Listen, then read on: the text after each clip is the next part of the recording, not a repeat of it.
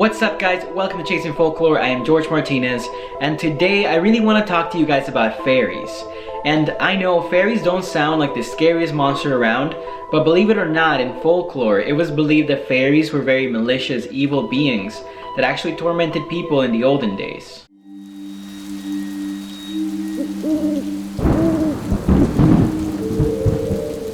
So the other day I was actually watching a movie with Giselle. We decided to put on Netflix and we started watching this scary movie, as we usually do. We put scary stuff all the time. The movie was called The Hallow, and it depicts the story of this like really creepy monster that kind of like sparked my attention, and I decided to do some research on it to see what it really was.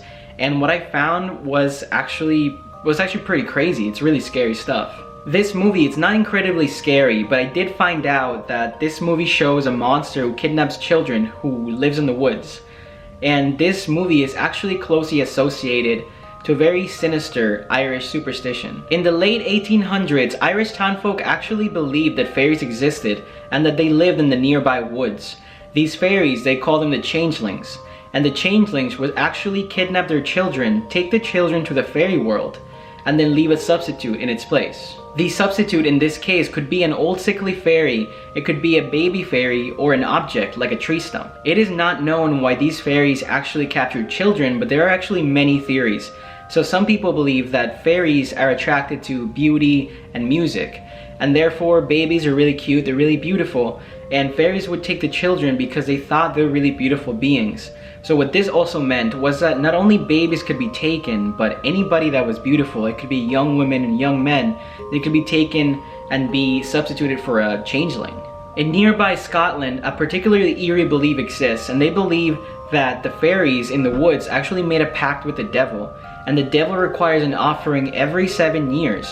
So instead of taking one of their own, the fairies then steal human children to offer to the devil every 7 years. If you're wondering how people would find out if a person was a changeling or a baby was a changeling, well, there was a couple of telltale signs that would tell you that this person may be a changeling. Some of these include children who are lefties instead of righties, having unusual birthmarks, not being baptized, having a lack of appetite, or conversely, those who eat way too much and they're never satisfied, being afraid or uneasy around iron, or just being unusually sick. When I was reading through all these things, it was really interesting because I thought about it more and more, right? And I'm like, wait, I'm a lefty and I have birthmarks and I'm hungry all the time, I love food.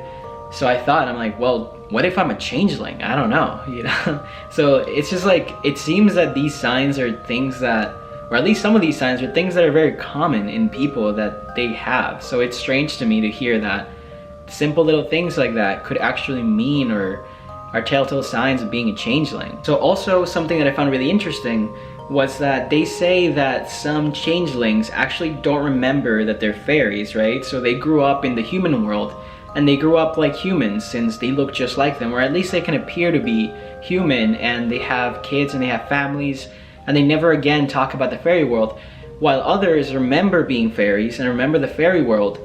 And then those who remember can actually use their influence for evil. It's usually mostly for evil things and evil deeds. Stories of changelings can be found throughout Europe, and the Grimm brothers actually wrote a story of a mother who finds out that her son is a changeling.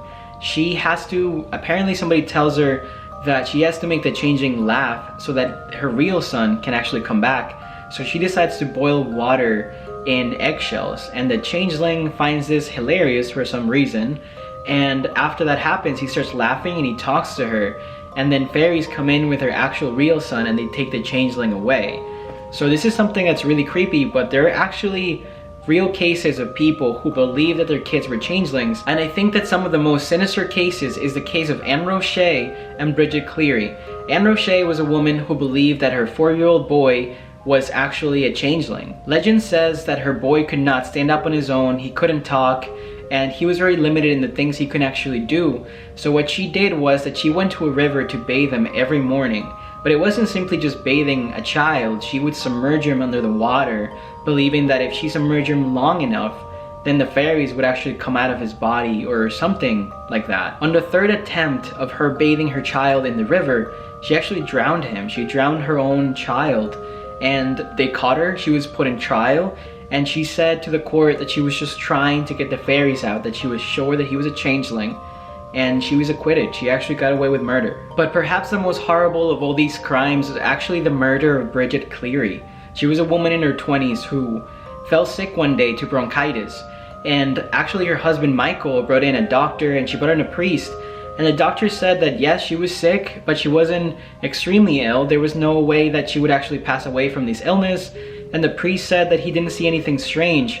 But Michael, he just wasn't convinced. He was convinced that there was a changeling in his place, that she wasn't herself anymore, and that a fairy lived inside her body. Michael, accompanied by other people and other family members, actually began to torture Bridget to get the fairies out of her. Michael and the family actually tortured her for days, and in one instance he forced her to actually eat some herbs that she didn't want to take, but she ate them anyway, knowing that if she didn't eat the herbs, then she was clearly going to be a fairy and something else could happen to her, something much worse. He then asked her to name everybody in the room that she could see, say their first name and last name, and she actually said the name of everybody in the room. She passed every single one of his tests, and even though she passed all these tests, he still would say that she was a fairy, that she was a changeling, and then he had to do something about it to get it out of her. In another instance, she was actually forced to eat very dry bread, and it was the kind of bread that you couldn't eat, you couldn't swallow it without water or anything like that. It was just stale and just really rough bread, and she couldn't eat it. So he heated up an iron over the fire and put it on her forehead. He burned her forehead so she would open her mouth and continue to eat.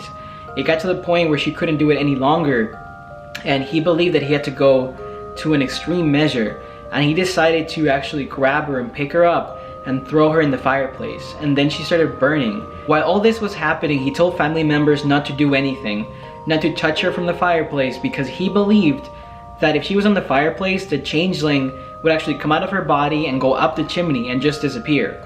But none of this actually happened, and she ended up just dying. She was basically burnt alive. He then asked family members to help him to get rid of the body, and they actually did. However, police still found her mutilated body, and they arrested Michael and other family members along with him.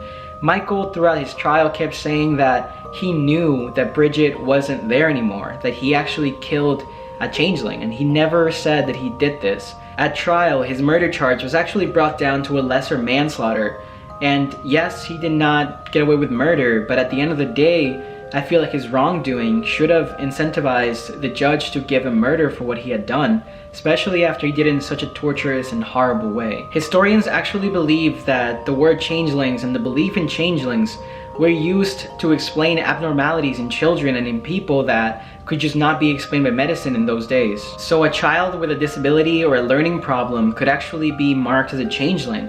And if that is the truth, then the truth is far more scary than the fiction. But what do you guys think? Do you guys think that fairies are real, or do you believe the side of historians explaining that these were just excuses and things made up by people so that they could basically mistreat their children? The tale of changelings is actually really dark, I know, and the more I looked into it, the stranger things got. But if you guys like stuff like this, don't forget to hit the thumbs up and let me know you guys like these kind of videos so I can make more of them. Also, if you guys really enjoy my videos, don't forget to subscribe. We post videos every Monday and every Thursday. So thank you so much for watching, guys, and I guess I'll see you guys on the next chase.